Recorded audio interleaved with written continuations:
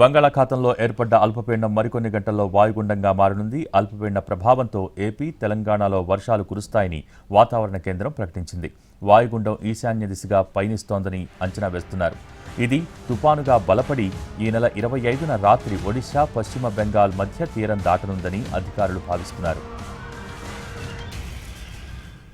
వాయుగుండం, తుపాను ముప్పు ఏపీకి తప్పిందని వాతావరణ కేంద్రం అధికారులు చెబుతున్నారు. అయితే అల్పపీడనం ప్రభావంతో ఏపీ, తెలంగాణలో తేలికపాటి నుంచి ఓ మోస్తరు వర్షాలు పడతాయని వాతావరణ శాఖ చెబుతోంది.